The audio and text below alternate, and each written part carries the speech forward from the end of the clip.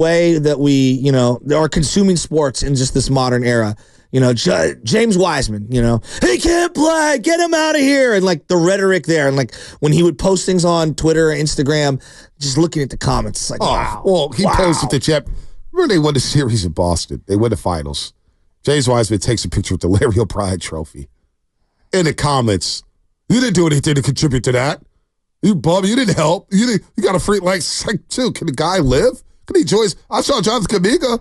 We had him on the classic picture I have that I'm going to be afraid one day. When Bob Myers is walking around barefoot, and there's Mully, there's D-Wright, there's Fezzi, there's Damian Lee, there's Kuminga. Kuminga didn't play at all in the finals. Really. When he get a cup of coffee, he was smiling from ear to ear. It's part of a team. You practice, you rehab, you're part of a team. But the comments were just nasty. I didn't get it. We just hate the guy because he was number 2 pick. Well, I think that there's a lot of there's a lot baked into that, right? Like, our expectations are completely unrealistic. And there's this like a money envy. And we think that, boo-hoo, cry me a river. If you gave me that money, I would absorb all of this other stuff on the opposite end. And most of us would. Every job has its positives and its negatives. Obviously, there are levels to it, and some far outweigh in one way or the other the positives and negatives. But that doesn't mean they don't have consequences. And we've talked about this with Pablo Sandoval, for example. He got paid by the Boston Red Sox. Didn't mean he was happy. It didn't mean he was professionally or privately or personally happy, right? And so, yeah, he had a lot of money, but he was clearly miserable. You see this in Dave Chappelle. You see this in acting a lot of times where people are really struggling through things. And I'm not saying everyone is, but just because you make a lot of money doesn't mean you're not putting in the work and that you're not frustrated with the results. Listen, I've learned money doesn't buy happiness.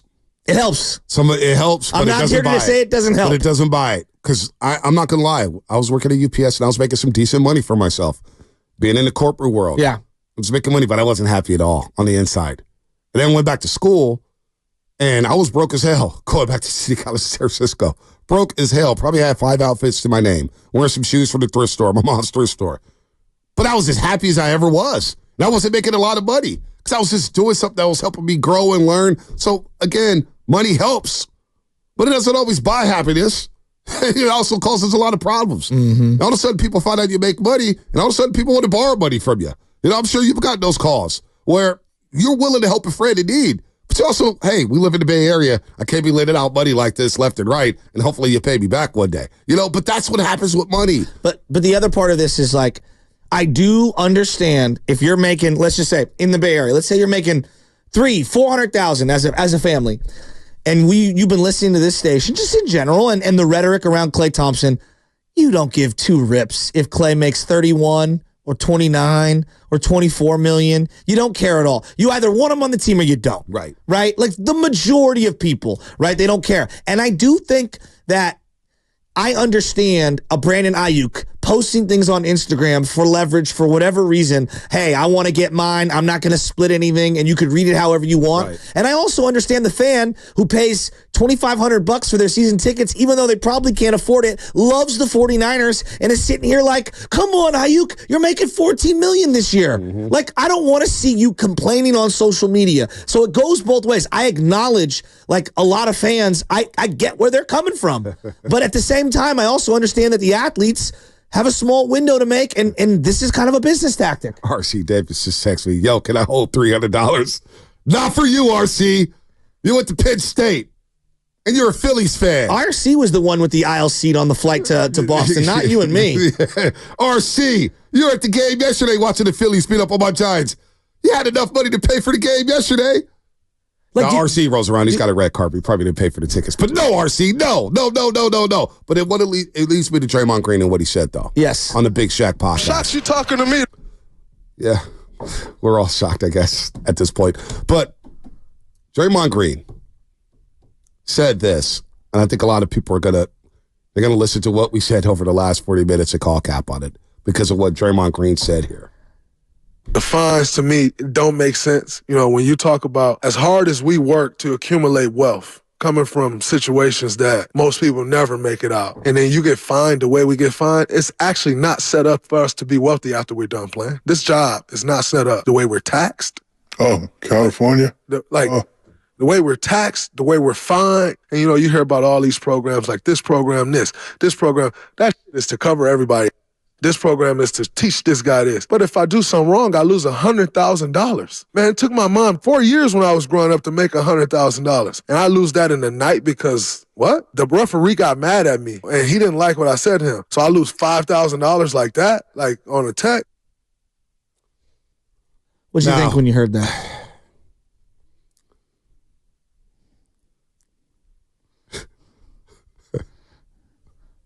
It's so hard. That's not what I was thinking. You know what I thought? Table that for a second. By the way, Xfinity Mobile Text, I would do a shout out earlier. Shout out to Sebastopol, by the way. Hey, Sebastopol Tigers. I played them Pop Warner football day. This big number 44. He was like 6'4". It was huge. They beat us in the playoffs 6-0. Never forget it up in Rancho Cotati.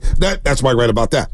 When I heard that, I just said $100,000, and I'm not trying to pocket watch. But Draymond Green, just look at his. He's got a player option set up for 27.6 and 26-27 when he's 36. Listen to how you say it, 27.6 million. I mean, it's like Monopoly money. It is. He's making 25. He's making 24. He's making 22. He's made a lot of money over the course of his career. If I just pull up career earnings, he could make a total of $255 million over the course of his NBA career, and he's a second-round pick. And now he's worked hard to make himself a Hall of Famer. Of course. There was a commercial over the weekend with Draymond Green, and my uncle was like, I can't believe Draymond's in a national commercial. He's got Kia commercials left and right. That's crazy. He's staring down the wolf. I know. He's on this side of the NBA. He's going to have a great media career. He's great on television. I think he was a natural. When I first heard him on the Jim Rome show going into the draft, I was like, who the hell is this kid? It was Draymond Green.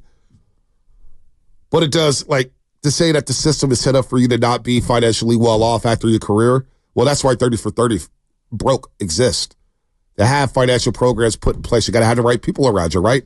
But you made $255 million. $100,000, when we're talking about this type of money, I get it, it's a lot of money for being fined, but you have the track record you have, you're going to get fined a little bit more than others. It's just you have the track record. You have the resume of flagrants and suspensions and all that stuff. But $100,000 compared to what you're making over the course of a season, it feels like a speeding ticket. It just doesn't feel like it was something that needed to be said, and that's where fans say, boy, he sounds a bit tone deaf That's the thing. And it's hard to defend that when you say that you're set up, you make all this money, it's on you, and it's easier for me to say behind this microphone, but not for me, for example. I have people in my life where they said, hey, Ponte, if you need help financially, we have you covered. People that you trust. Yeah. Help me with my money. I don't know what it's like. You know what I'm saying? This is the most money I've ever made in my life. I'll say that hands down. Yeah. It's not a lot, but it's the most money I've ever made in my life. And you see someone else like, wow. Remember when I first got my first contract? And I'm looking at this here. I was like, whoa, this is, and it wasn't a lot. It wasn't a big bag compared to what others make. But I was like, damn, this is the most money I ever made. How do I manage it? That's where you have to be careful with that. I get it. There's a lot of enablers. There's a lot of people putting out their hands for a little, hey, I need this, I need that. I got a family to take care of, all that stuff. But when you're going to make over $250 million over the course of your career, and you say, man, it's not, I'm getting fined $100,000. If it took my mom 4 years to make $100,000, trust me, I get it. It's hard. I don't think my mom ever made $100,000 over a 4-year stretch. But you're also an NBA player for the Golden State Warriors. You got 4 championships, and you've made all this money. It just doesn't sound good. Well, and here's the part you're missing. You're not the victim. You did these things repeatedly over a long period of time. Yep. And it's not like they're just taking money from you on purpose. Like you have to accept some culpability in this. But this goes back to the naivety of, well, I think once you hit a certain stratosphere, you become a little unaware of, what the consumer is going through. And same thing with Eric Armstead. I think you have good intentions. I think the message of what you're saying is in the right setting, an important one. I understand it. The California taxes they pay, being a millionaire, it's not easy. Hey, look, you probably making 24, he's probably seeing 10 of that.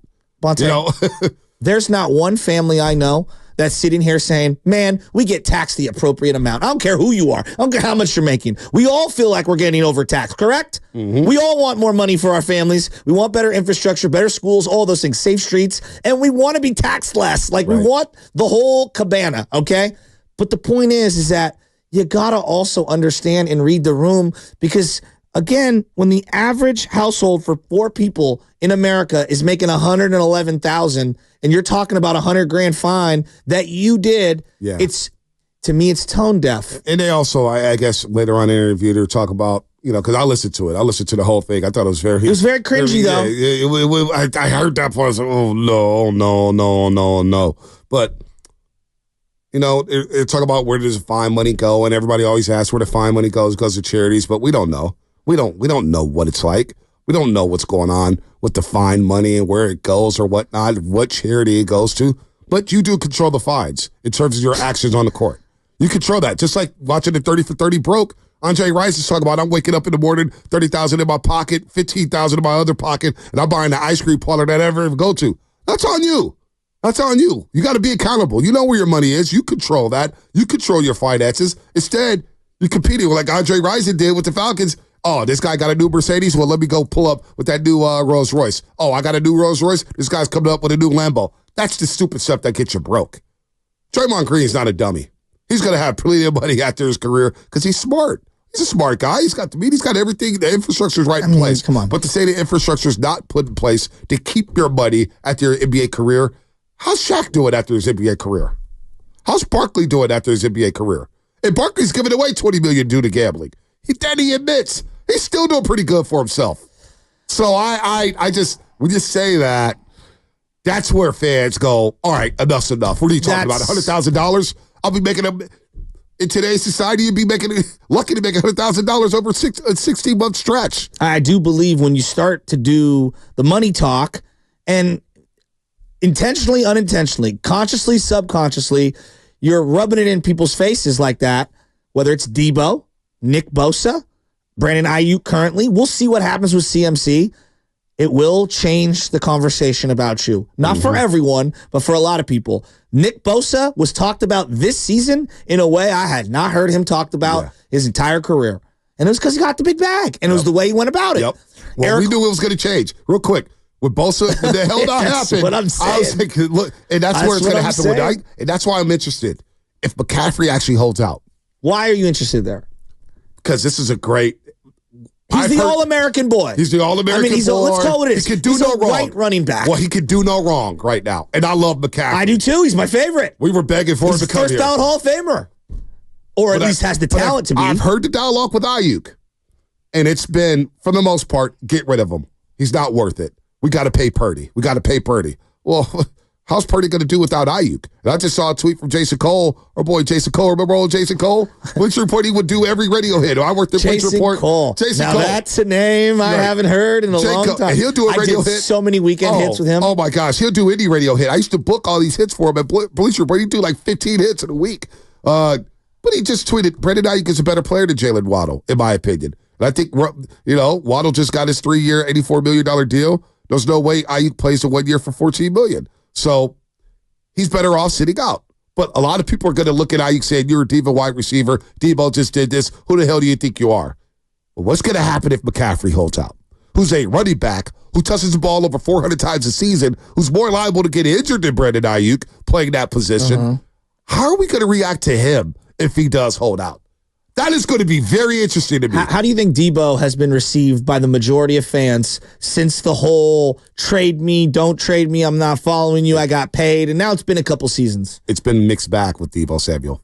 I've heard a lot of people say, just move off from Debo. He's not a wide receiver. I'll move off from Debo. He's a wide back. Move off from Debo. He doesn't play hard. Move off from Debo. He can't get off press man. Debo has lost a little luster because of that whole scene with a lot of fans. I tend to agree. Now let's contrast that with the way Fred Warner went about it, and a caller called in and said, hey, Fred just showed up. He kept showing up to the facility. We didn't hear a whole lot about it. We knew that he was trying to get a contract extension, and he got paid big time and kind of underperformed that first year. He did, and he admitted that. But does anyone bring up the money with Fred Warner? Nope. Because I think it was the way he went about it, right? And he said, look, I was putting too much. He goes, I was putting too much pressure on myself when I got the big bag. I tried to do too much, and he was missing tackles, and he admitted it halfway through the year. Then he started playing, and he played well. Yeah. He became the all-pro that he is. But we didn't hear anything about it. Bosa, since he held out, the dialogue has completely shifted on Nick Bosa. I agree. Now people say, there's a segment of fans who say, Forget Bosa. He got Steve Wilkes fired. No, I don't think Steve Wilkes is the right fit here. I'll say that in front end. Steve Wilkes might have. Right. You know, Steve Wilkes said it midway through the year, I'm still trying to learn the defense. And I was like, oh, boy, he's not going to be here after the season. We knew that. He was a dead man walking with the 49ers. And we saw the way Shanahan went crazy in overtime on Steve Wilkes. Like, dude, Shanahan, have you watched the game you called? Like, you're going crazy on Wilkes. They kept us in the game. Anyway, the dialogue changed on Nick Bosa. It did. It's going to change on Brandon Ayuk. Will it change when it comes to Christian McCaffrey?